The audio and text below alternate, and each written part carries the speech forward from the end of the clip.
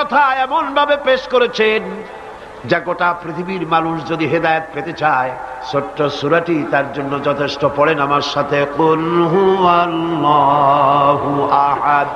পড়েন সবাই, কুল হুয়াল্লাহু আহাদ আল্লাহুস সামাদ লাম ইয়ালিদ ওয়া লাম ইউলাদ ওয়া লাম ইয়াকুল লাহু কুফুয়ান আহাদ। আল্লাহ পাক বলেন, হে নবী আপনি বলুন, আল্লাহ এক এবং একক, তার কোনো অংশীদার নাই, তিনি বেনিয়াজ, তিনি কাউকে জন্ম দেন নাই, তাকেও কেউ জন্ম দেয়নি। আকাশ আর জমিনে আল্লাহর সমকক্ষ কেউ নাই, কেউ নাই। তিনি এক এবং একক। তার একত্ববাদের দাওয়াত দেওয়ার জন্য অসংখ্য পয়গম্বর আল্লাহ পাক এই দুনিয়ায় পাঠিয়েছেন। আর সমস্ত পয়গম্বর দাওয়াত দিয়েছেন কি, লা ইলাহা ইল্লাল্লাহু মুহাম্মাদুর রাসূলুল্লাহ। সবাই দাওয়াত দিয়েছেন লা ইলাহা ইল্লাল্লাহ, লা ইলাহা ইল্লাল্লাহ, লা ইলাহা লা ইলাহা ইল্লাল্লাহ। কোন ইলাহ নাই, কোন আইনদাতা নাই, কোন বিধানদাতা নাই, কোন শাসনকর্তা নাই, আল্লাহ ছাড়া কেউ নাই। বলেন সুবহানাল্লাহ। আল্লাহ এক এবং একক, তিনি সব সৃষ্টি করেছেন। আল্লাহ পাক বলছেন, আল্লাহুল্লাযী খালাকাস সামাওয়াতি ওয়াল আরদা ওয়া আনজালা মিনাস সামাই মাআন فأخرج به من الثمرات رزقا لكم।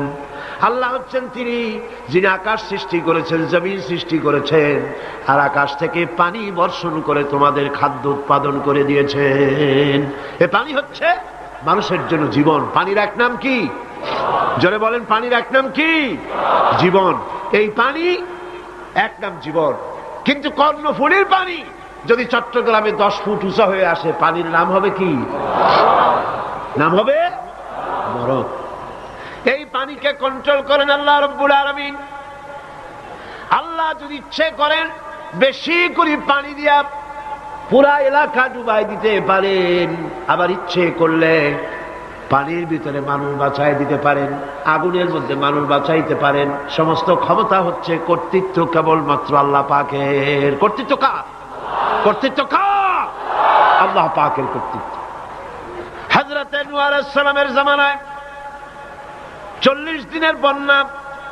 এই বন্যার পরে জাহাজ যখন নেমে গেল, তখন তিনি মনে মনে ভাবলেন, আমি তো জোড়ায় জোড়ায় করে সমস্ত প্রাণীগুলি আর মানুষগুলি, কিছু কিছু মানুষ যারা ঈমান এনেছিল তাদের জাহাজে উঠাইছে, কিন্তু একটি বুড়ি আমার উপর ঈমান এনেছিল আর আমি তার ওয়াদা করেছিলাম সাথে করে নিয়ে যাব, আমি তো তার কথা ভুলে গিয়েছি। অনুশোচনা এলো।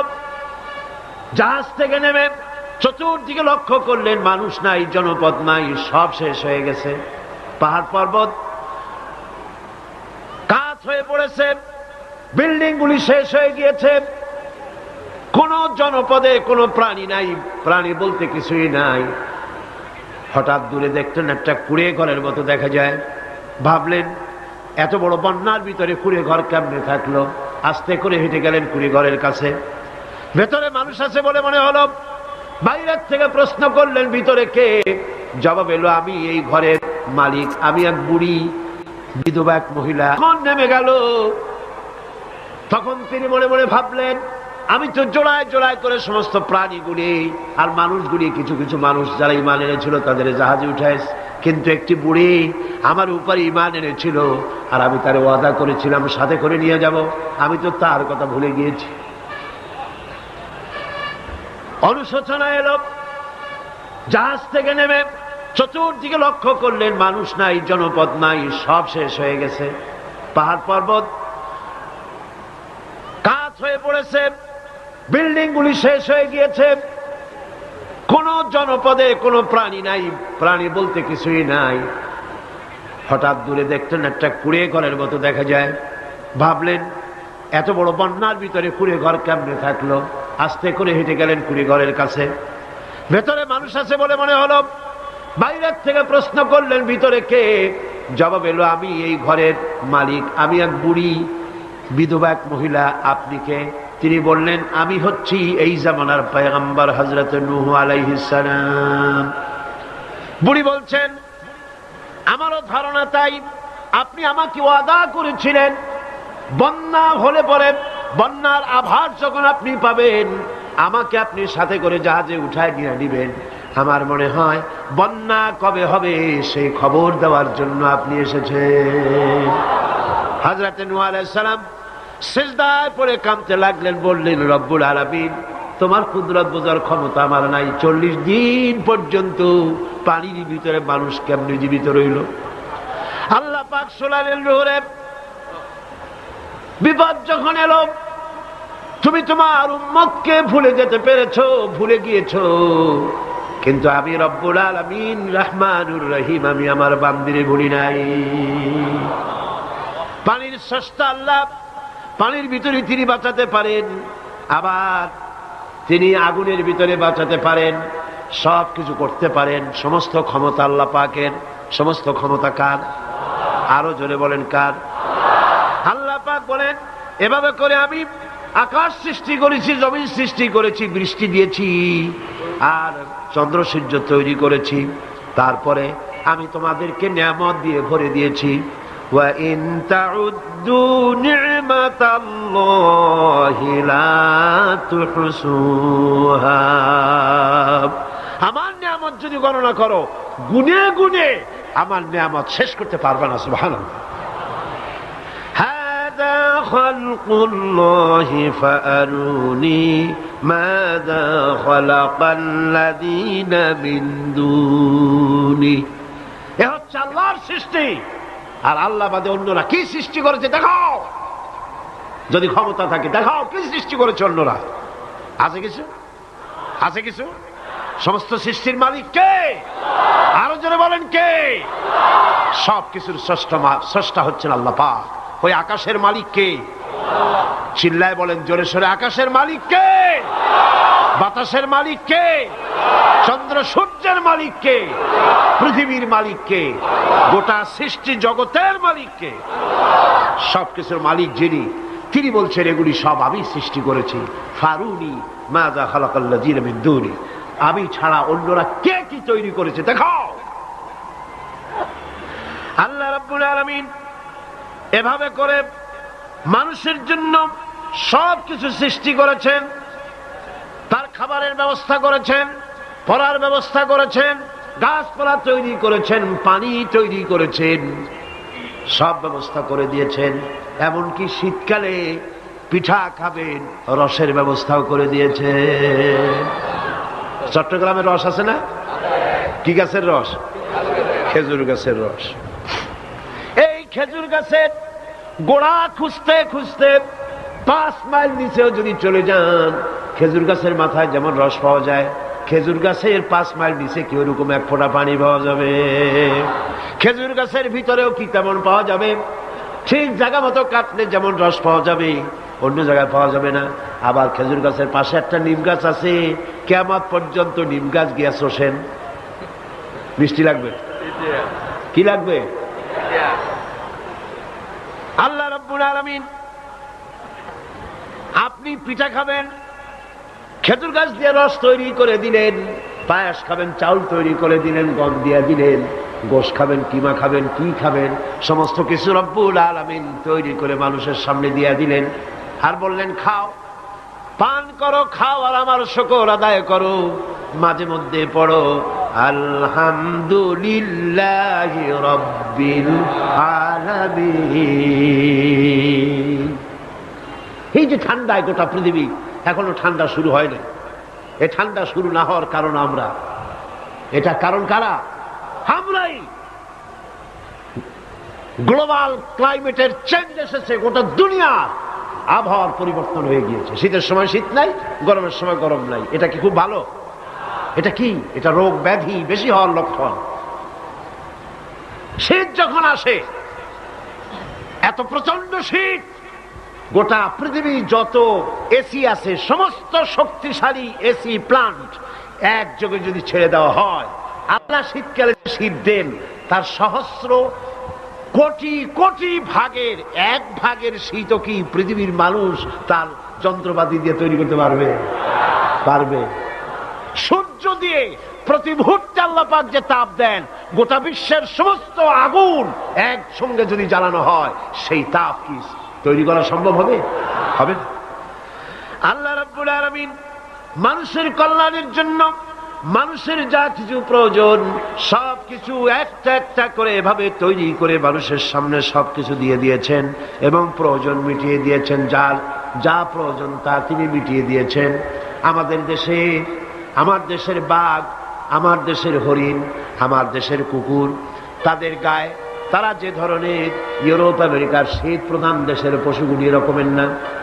তার মানে হলো আমার দেশ শীত প্রধান নয়, ছোট্ট ছোট্ট পশম হলে চলে, কিন্তু শীত প্রধান দেশের কুকুরগুলি, বাঘ এবং সিংহ যেগুলি জঙ্গলে থাকে, তাদের গায়ে এমন লম্বা লম্বা পশম দিয়ে আল্লাহ চামড়া বানায় দিয়েছেন, যা দিয়ে তার সম্পূর্ণ শরীরটা ঢেকে যেতেছে। স্থায়ী কম্বলের ব্যবস্থা রব্বুল আলামিন করে দিয়েছেন। কে দিয়েছেন? আল্লাহ পাক দিয়েছেন। এবং সেই চামড়া দিয়ে, সে চামড়া যেন আপনি ব্যবহার করতে পারেন, সেজন্য আল্লাহ পাক আপনার জন্য সুন্দর করে সেই চামড়া দিয়ে কাপড় চোপড় তৈরি করার, জামা ব্যবহার করার সব ব্যবস্থা আল্লাহ করে দিয়েছে। কম্বল তৈরি করার ব্যবস্থা করে দিয়েছে। আল্লাহ পাক যা খুশি তাই করতে পারেন। কোরআন বলতেছে ফাআলুন লিমা ইউরিদ, যা খুশি তাই তিনি করেন। লা ইউসআলু আম্মা ইয়াফআলু ওয়া হুম ইউসআলুন, তিনি যা করেন সেজন্য কারো কাছে তাকে কৈফিয়ত দিতে হয় না, বরং গোটা বিশ্ব আল্লাহর কাছে কৈফিয়ত দিতে বাধ্য। সমস্ত বিশ্ব কৈফিয়ত দিতে কার কাছে বাধ্য? আল্লাহ পাকের কাছে কৈফিয়ত দিতে বাধ্য। প্রচন্ড শক্তির মালিক। মানুষেরা বোঝে না, ক্ষমতায় যখন আসে তখন চতুর্দিকে দেখে ক্ষমতার ক্ষমতা, কি যে করবে দিশা করতে পারে না। সারা জীবন ক্ষমতায় টিকে থাকার জন্য সর্বাত্মক প্রচেষ্টা চালায়, দেশ যখন পাইছি আর ছাড়বো না, ঠিক কিনা? এই চেষ্টা চালায়। কিন্তু আল্লাহ পাকের মূল ক্ষমতা তো আল্লাহর হাতে। আল্লাহ পাক ক্ষমতা দিয়ে বলেন লিনানজুরাকুম কাইফা তা'মালুন, ক্ষমতা দিয়ে তাকায় থাকি তোমার আমলটা কি হয় তা দেখার জন্য, তুমি করোটা কি সেইটা দেখার জন্য আমি দেখি। লিনানজুরাকুম কাইফা তা'মালুন। মানুষ ক্ষমতা হাতে পায়, অত্যাচারের স্টিম রোলার চালায়, আল্লাহ দেখতে থাকেন। আর আল্লাহ যখন অ্যাকশন নেন, সেই অ্যাকশন থেকে তাকে কেউ বাঁচাইতে পারে না। প্রচন্ড ক্ষমতার মালিক। রাতকে দিন বানাতে পারেন, দিনকে রাত বানাতে পারেন, আমিরকে ফকির বানাতে পারেন, ফকিরকে আমির বানায় দিতে পারেন, রাস্তার লোক ধরে নিয়ে প্রেসিডেন্ট বানায় দিতে পারেন, আবার নারাজ হলে পরে জুতার মালা দিয়া জেলখানায় ঢুকাইয়া দিতে পারেন। ক্ষমতায় থাকাকালীন ফুলের মালা এত বেশি পায়, ফুলের মালায় গলা ভরে যায়। গাবতলির কোরবানির হাতেও এত মালা পায় না। এত মালা গলায় দিয়া আনন্দে ফুর্তিতে মারতে থাকে। আমার বন্ধুগণ মনে রাখেন, ফুলের মালায় আত্মহারা হয়েও না যারা ক্ষমতায় থাকো। এই ফুলের মালা আর ফাঁসির রশি একেবারেই পাশাপাশি। ফুলের মালা থেকে ফুলগুলি ঝরে পড়লেই ওই রশিটাই ফাঁসি হওয়ার জন্য যথেষ্ট, ঠিক কিনা? মানুষ বোঝে না, বোঝে না। আল্লাহ বলেন আমি তাকায় থাকি, দেখি কি করো, তোমার আমলটা কেমন হয়। ক্ষমতার মালিক আল্লাহ, দেওয়ার মালিক আল্লাহ। আর যখন নারাজ হয়ে যান, এক থাপ্পড় মেরে ক্ষমতা ছিনায় নিয়ে যান। পারেন কিনা? পারেন কিনা? ইতিহাস সাক্ষী। কিন্তু ইতিহাসের সবচেয়ে বড় শিক্ষা যে মানুষেরা ইতিহাস থেকে শিক্ষা গ্রহণ করে না। जगत जी लगाने के लिए ये दुनिया नहीं है, जगह जी लगाने के लिए ये दुनिया नहीं है, ये इबरत की जा है तमाशा नहीं है। পৃথিবী খেল তামাশা করার জায়গা না। ইতিহাস থেকে শিক্ষা নাও, পূর্বপুরুষদের দিকে তাকাও। আল্লাহর দ্বীনের কর্মীদের উপরে আঘাত লাগাবার কারণে বংশ শুদ্ধ আল্লাহ সাফ করে দিয়েছেন। দেন নাই? সে আল্লাহ আছে না নাই? চিল্লায় কোন আছে না নাই? সে আল্লাহ পাক আছে। সে আল্লাহকে ভয় করে। ইত্তাকিল্লাহ, সে আল্লাহকে ভয় করে। আল্লাহ পাক ইচ্ছে করলে ক্ষমতা দিতে পারেন, ইচ্ছে করলে ক্ষমতা ছিনায়ও নিতে।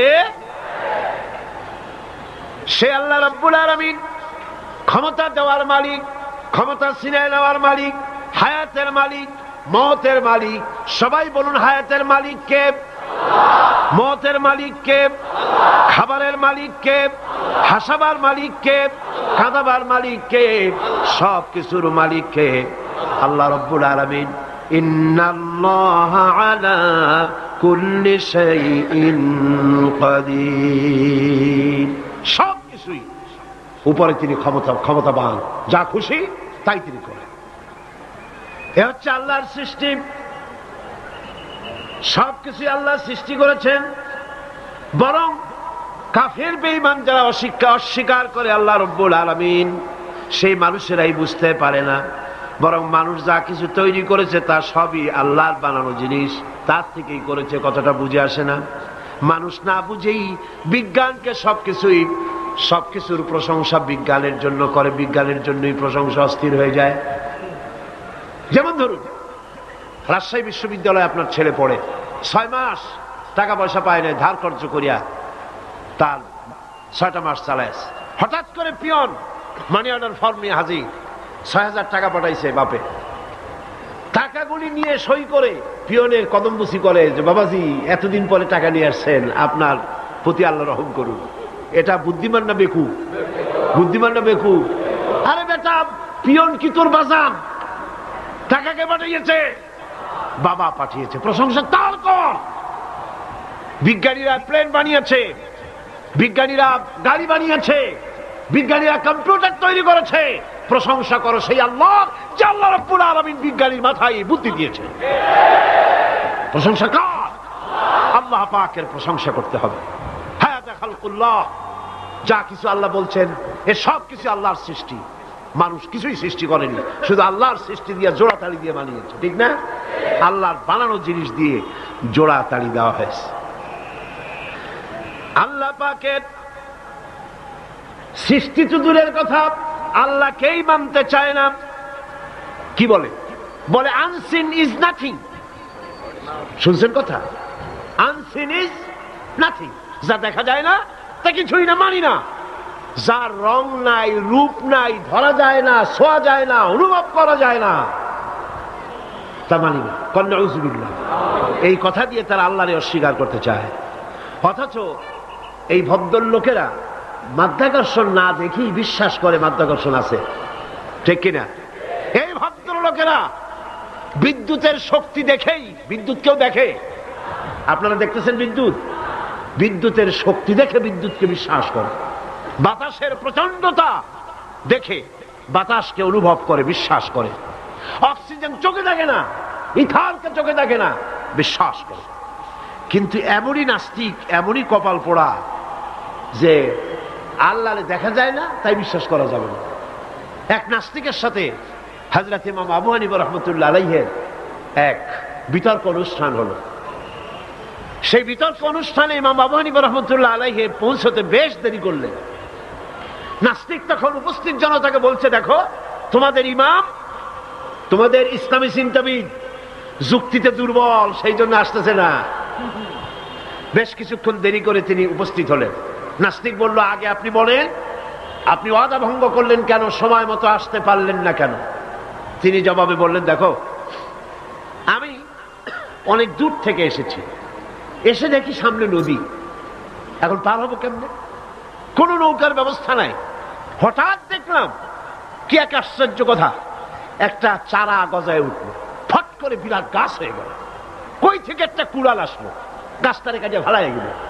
তারপরে এলো করাত, বানাইলো তক্তা। এরপরে আসলো লোহা, পড়লো হাতুড়ি, হয়ে গেল নৌকা। বাহ কি মজা! এরপরে নৌকা নামলো নদীতে, আমি উঠে বসলাম, এই পাড়ি দিয়ে আসলাম, তাই যা একটু দেরি হলো। নাস্তিক কয় যে কি সর্বনাশ, এই লোকের সাথে আমি তর্ক করবার মাথা তুই স্ক্রু শটটা ঢিলা। আরে আন্দাজ আন্দাজ একটা গাছ হয়ে গেল ফট করিয়া। তারপরে কুড়াল আসলো, তক্তা হইল, বিনা মিস্ত্রিতে নৌকা হইল, এটা কেমনে সম্ভব? ইমাম সাহেব বলেন আমার বিতর্ক শেষ। বিনা মিস্ত্রিতে যদি, তোমার যুক্তি মতে বিনা মিস্ত্রিতে যদি একটা নৌকা না হতে পারে, এই বিশ্ব তৈরি হলো কি করে বিনা মিস্ত্রিতে? ওই বিশাল আকাশ হলো কিভাবে? এই বিরাট চন্দ্র সূর্য হলো কিভাবে? কি করে তোমার ওই বডি তৈরি হলো? নাস্তিক চেয়ার থেকে নেমে ইমামের কাদমের উপরে পড়ে গেল, বলে আল্লাহু আকবার, আমি অন্যায় করেছি, আল্লাহ আমারে মাফ করে দাও।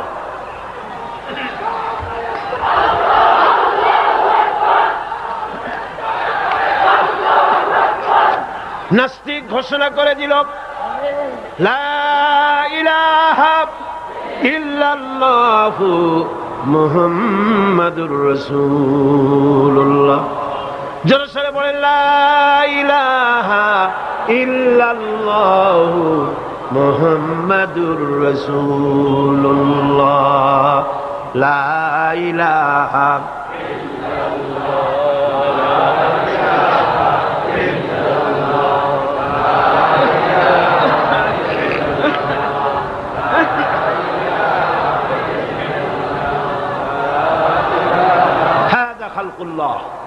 আল্লাহর সৃষ্টি। কার সৃষ্টি বলেন সবাই খুশি হয়ে? কার সৃষ্টি?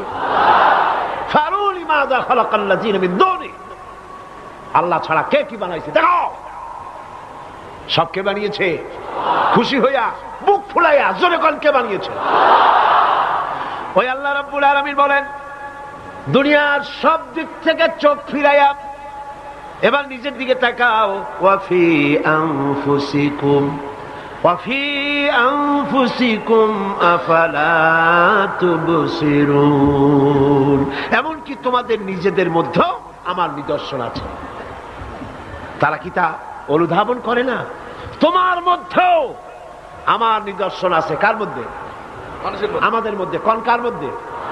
আমাদের মধ্যে আল্লাহর নিদর্শন আছে।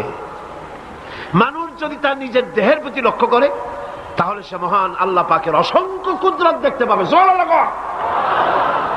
যেমন একটি শিশু যখন জন্ম হয় তখন তার হাড়ের পরিমাণ হয় 305টি। 305টি। পরে এগুলি একটা দুটো মিশে গিয়ে পরিমাণ দাঁড়ায় 206টি হাড়। 560টি পেশি দিয়ে এই হাড়গুলিকে বেঁধে রাখা হয় এবং মোট গিরার পরিমাণ দাঁড়ায় 100 গিরা। আপনি কি জানেন আপনার আঙ্গুলের মাথা থেকে বাহু পর্যন্ত কয়টা গিরা আছে? গণবেন কখন? কিলাকিলি করেই তো কুল পান না। দেখেন না গিরা কতগুলা আঙ্গুলের, এই আঙ্গুলের মধ্যেই কতগুলা গিরা। এখানে গিরা, সেখানে গিরা, এখানে গিরা, এখানে গিরা, এখানে গিরা, বাহুতে গিরা। গিরা যদি একটাও না হতো হাতটা হাত হইতো না। হাত কি হইতো? লাঠি। লাঠি হইতো। ভাত খাওয়া যাইতো না। ভাত খাইতে গেলে মাখানো লাগে কিনা? মাখানো লাগে না? মাখাইবেন কি দিয়ে? হাতগুলা আঙ্গুলে গিরা নাই, সব কাঁটা চামচ। আর কেলুতে গিরা নাই, হাত ক্লোজ হবে না, নিজের মুখে আসবে না। দুই হাতের মাথায় একজন বসবে, একজন আর একজনের খাওয়াবে। তাও আবার খাওয়াই দিকে মুখের মধ্যে না গিয়ে নাকের সিধার মধ্যে গিয়ে ঢুকবে। হাসতেছেন? সুবহানাল্লাহ বল। ওয়াফি আনফুসিকুম আফালা তুবসিরুন। তোমার ভেতরে আমার নিদর্শন আছে, অনুধাবন করো। মানব শরীর এক আশ্চর্য মেশিন। সুবহানাল্লাহ, আশ্চর্য মেশিন। লক্ষ কোটি সেল এবং নার্ভ সেল দিয়ে জটিল মেশিন পত্রের সমন্বয় এই দেহ তৈরি করা হয়েছে। এবং এই শরীরের ভিতরে দুটো মূল্যবান জিনিস আছে। তার একটি হচ্ছে কন্ট্রোল রুম, যাকে বলা হয় ব্রেইন। যেটা কি? ব্রেইন। আরেকটি হচ্ছে জেনারেটর। সেই জেনারেটরটা কি? হার্ট, আপনার হৃৎপিণ্ড। ওয়াফি আনফুসিকুম আফালা তুবসিরুন। লক্ষ্য করো না কেমনে? তোমার শরীরের দিকে তাকাও না। Brain, control room. হার্টের কাজ হচ্ছে রক্তগুলিকে সার্কুলার করা, রক্তগুলিকে পৌঁছে দেওয়া সর্বত্র।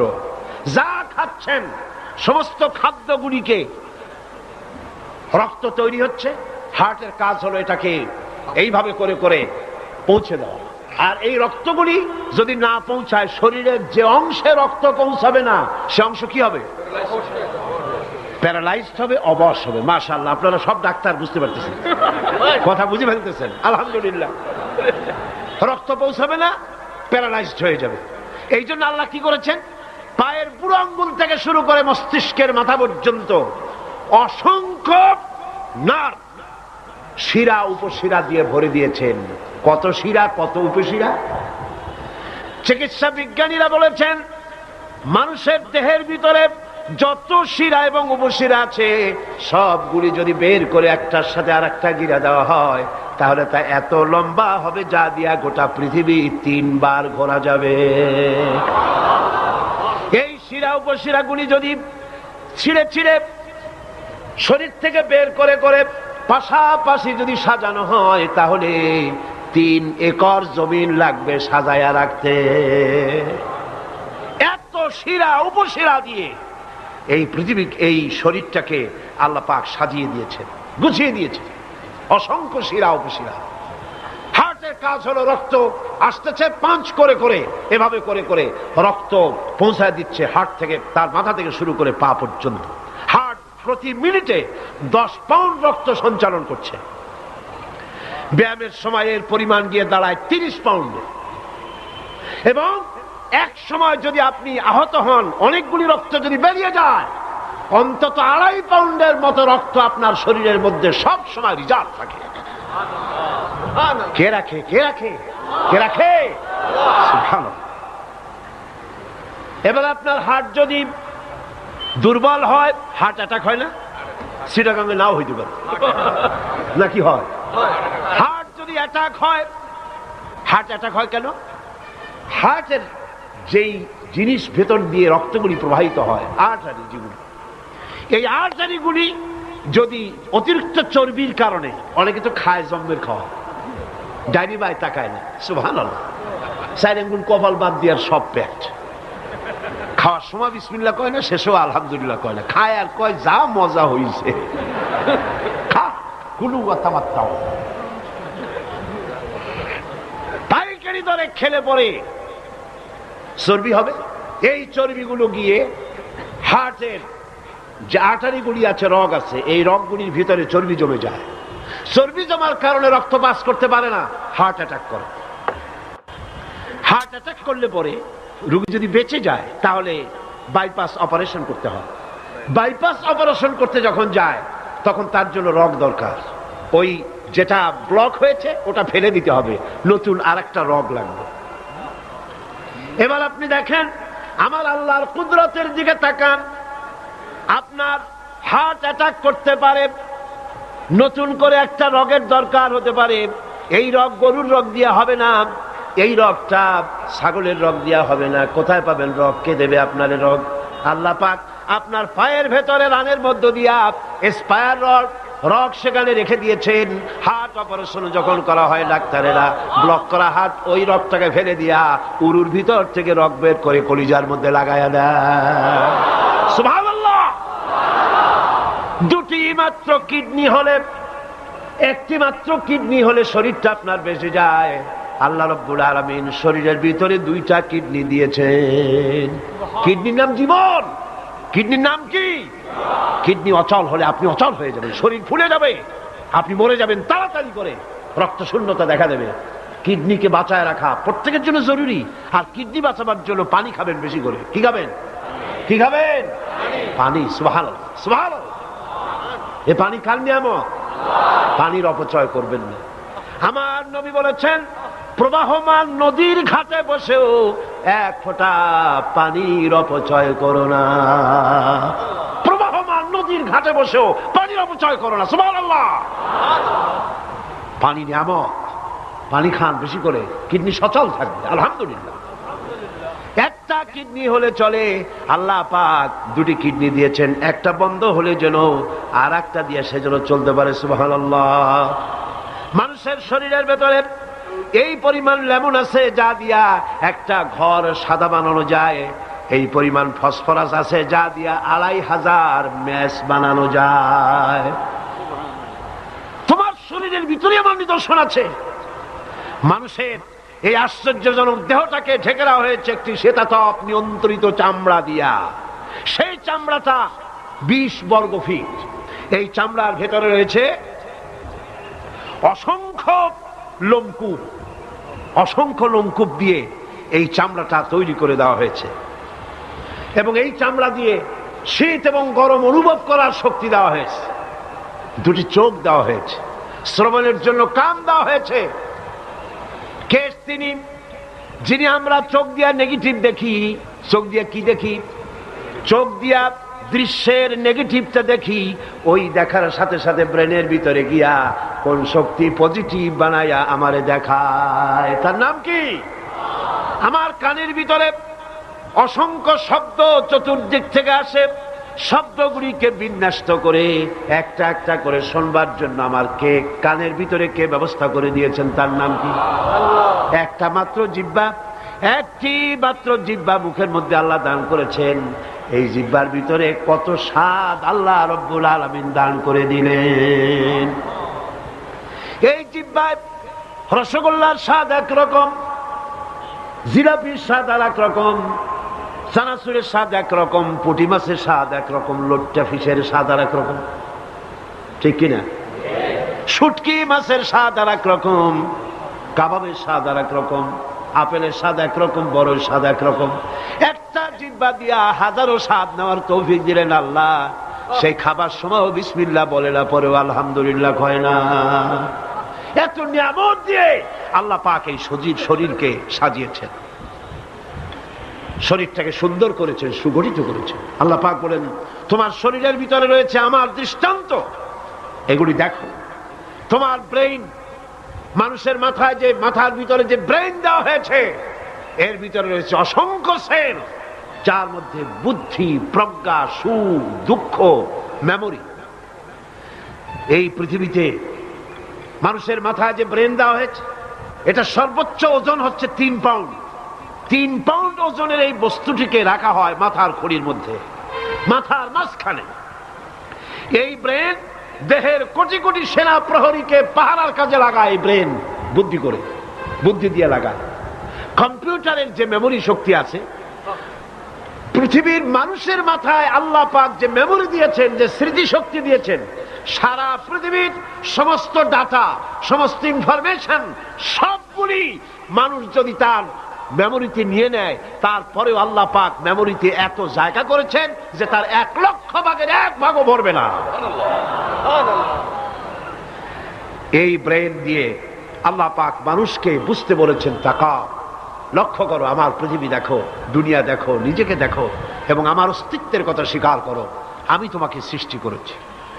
আল্লাহ পাক বলেন, হাদা খালকুল্লাহি ফাআরুনি মাযা খালাকাল্লাযীনা মিন দুনিহি বালিয যালিমুনা ফি যালালিম মুবিন। এ হচ্ছে আল্লাহর সৃষ্টি। এখন দেখাও তো অন্যরা কি সৃষ্টি করেছে, অন্যরা কি সৃষ্টি করেছে? আছে কিছু? অন্যরা আল্লাহর জিনিস দিয়া, তারা আল্লাহর জিনিস দিয়ে জোড়াতালি দিয়ে তৈরি করেছে, কিন্তু সমস্ত সৃষ্টির মূল হচ্ছে আল্লাহ পাক। আজকে আমাদের সন্তানদেরকে যদি কোরআন থেকে আজকে যে কথাগুলি বললাম, এই কথাগুলি যদি কলেজে বিশ্ববিদ্যালয়ে পড়ানো হতো, আমার ছেলে কি নাস্তিক হতে পারত? বলেন, আমার এই ছেলে কলেজে বিশ্ববিদ্যালয়ে যেসব ছেলেপেলেরা পড়ে, এগুলি কি বোম্বাই থেকে আসছে না মঙ্গল গ্রহ থেকে নাজিল হয়েছে? আমাদের ছেলেপেলে কিনা? এই ছেলে যখন প্রাইমারি স্কুলে পড়তো, তখন রমজান মাসে সেহরি করতে না উঠাইলে সকালবেলায় মা বাপের উপরে অভিমান করে, রাগ করে, কান্দাকাটি করে না খাইয়া সারাদিন রোজা রেখেছে, ঠিক না? বলেন আমার এই কথাটা ঠিক কিনা? এই ছেলেটি প্রাইমারি ছেড়ে হাই স্কুলে যখন গিয়েছে, তখনও সে নামাজ পড়তো, আলেম ওলামা দেখলে ভক্তি করত, শ্রদ্ধা করত। যেই না কলেজে ঢুকলো, নামাজ গেল, রোজা গেল, চরিত্র গেল। এরপরে আলেম ওলামা পীর বুজুর্গ দেখলি বলতে থাকে, এরা এই দেশটারে খাইছে, তারা দেশ খাইলো কেমন? আলেম ওলামারা তারা কি দেশে কখনো ক্ষমতায় গেছে? বলেন গেছে? আলেম ওলামা তো জীবনে ক্ষমতাই যায় নাই, তারা দেশ খাইলো কি করে? যারা ক্ষমতা থাকে ওরা খায় না, যারা ক্ষমতায় যায় না ওরা খায় জম্বেল খাওয়া। আশ্চর্য কথা, তারাই দেশ তারা খাইছে। নামাজ নাই, রোজা নাই, তারপরে বলা শুরু করে আল্লাহ নাই। এরপরে ডু ফুর্তি, নো চিন্তা, জেনা, ব্যভিচার, মদ, জুয়া ইত্যাদিতে লিপ্ত হয়ে গেল। আমার সোনার টুকরা ছেলে যেই না গেল বিশ্ববিদ্যালয়, কয়লার টুকরায় পরিণত হয়ে গেল। ঠিক কিনা? এটা কে করলো? কে করলো? করেছে এক শ্রেণীর শিক্ষক নামের কলঙ্ক, যারা শান্তিনিকেতনের গোলাম, যারা মার্কস এবং লেনিনের গোলাম, মাও সেতুংয়ের গোলাম। এই গোলামেরা দুনিয়ার মানুষকে, আমার সন্তানগুলিকে ধ্বংস করে দিল। আর যদি আমি আলোচনার শুরুতেই বলেছিলাম, যদি কোরআন এবং সুন্নাহ যদি পড়ানো হতো কলেজ বিশ্ববিদ্যালয়ে, তাহলে আমার এই সন্তানগুলি চোর হতো না, ডাকাত হতো না, জেনাকার হতো না, বদমাশ হতো না, খাঁটি মুসলমান হয়ে বেরিয়ে আসতো, যা দেখলে আমাদের চক্ষু ঠান্ডা হয়ে যেত। যেরকম সুবহানাল্লাহ। সেই ধরনের এই কোরআন ভিত্তিক শিক্ষা ব্যবস্থা বাংলাদেশে চালু হোক, তা কি আপনারা চান? জোরে বলেন চান? যারা চালা চান দু হাত উঁচু করে দেখান।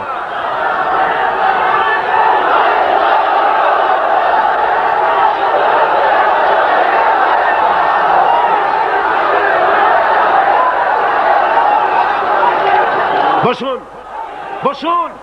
হাত তুলতে বলেছি, মাথা তো তুলতে বলিনি।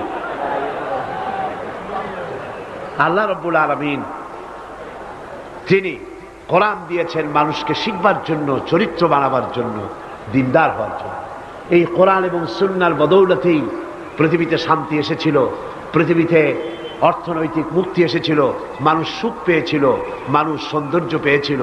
আমরা যদি আবার সুখ শান্তি ফিরে পেতে চাই, আবার আমাদেরকে কোরআন এবং সুন্নাহর শিক্ষার দিকে ফিরে যেতে হবে।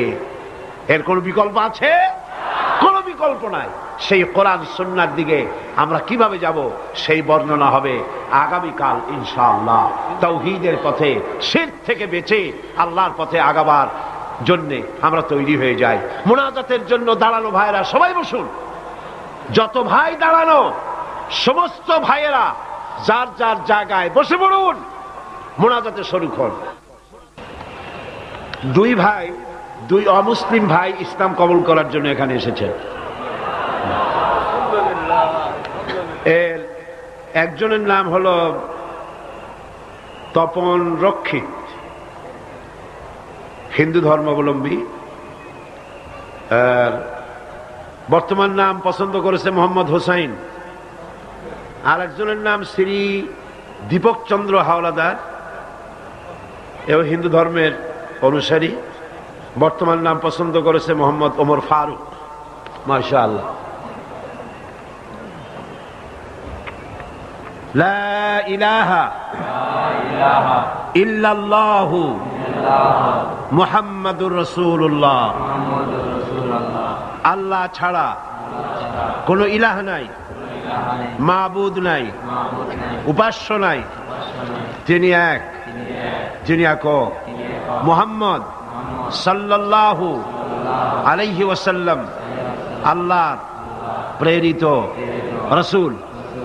জোরে বলো, আশহাদু আল্লা ইলাহা ইল্লাল্লাহু ওয়াহদাহু লা শারীকা লাহু ওয়া আশহাদু আন্না মুহাম্মাদান আবদুহু ওয়া রাসূলুহু। আমি সাক্ষ্য দিচ্ছি আল্লাহ ছাড়া কোনো ইলাহ নাই, মাবুদ নাই, উপাস্য নাই। তিনি এক, তিনি একক, তার কোন অংশীদার নাই।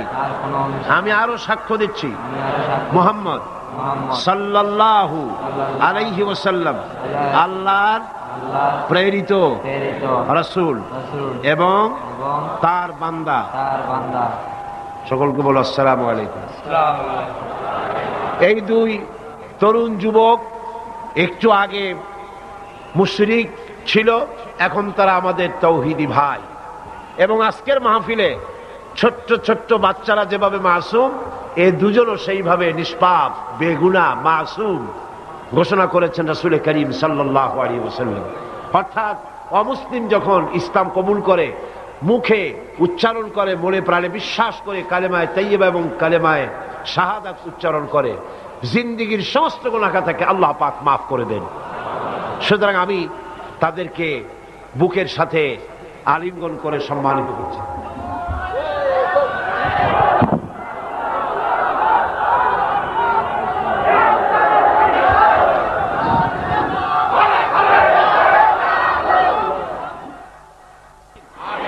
اللهم آمين. ربنا ظلمنا أنفسنا وإن لم تغفر لنا وترحمنا لنكونن من الخاسرين. ربنا لا تزغ قلوبنا بعد إذ هديتنا وهب لنا من لدنك رحمة إنك أنت الوهاب. হে আল্লাহ তাআলা, বিশাল এই জনসমুদ্র নিয়ে তোমার দরবারে কোরআনে কারীমের আলোচনা করে হাত তুলেছি। মেহেরবানি করে সওয়াবটুকু জনাবে মুহাম্মদ রাসূলুল্লাহ সাল্লাল্লাহু আলাইহি সাল্লামের রূহ মুবারকে পৌঁছে দাও। तमाम পৃথিবীর মাটির নিচে যত মুমিন মুমিনাত শুয়ে আছেন তাদের আরওয়ার পরে সওয়াব পৌঁছে দাও। হে আল্লাহ তাআলা, আমাদের মধ্য থেকে যাদের মা বাপ দুনিয়া থেকে জন্মের মতো বিদায় হয়ে গেছে, কবরগুলিকে জান্নাতের টুকরা বানায়া দাও। রব্বির হামহুমা কামা রব্বায়ানি সগীরা। সবাই পড়েন, রব্বির হামহুমা কামা রব্বায়ানি সগীরা।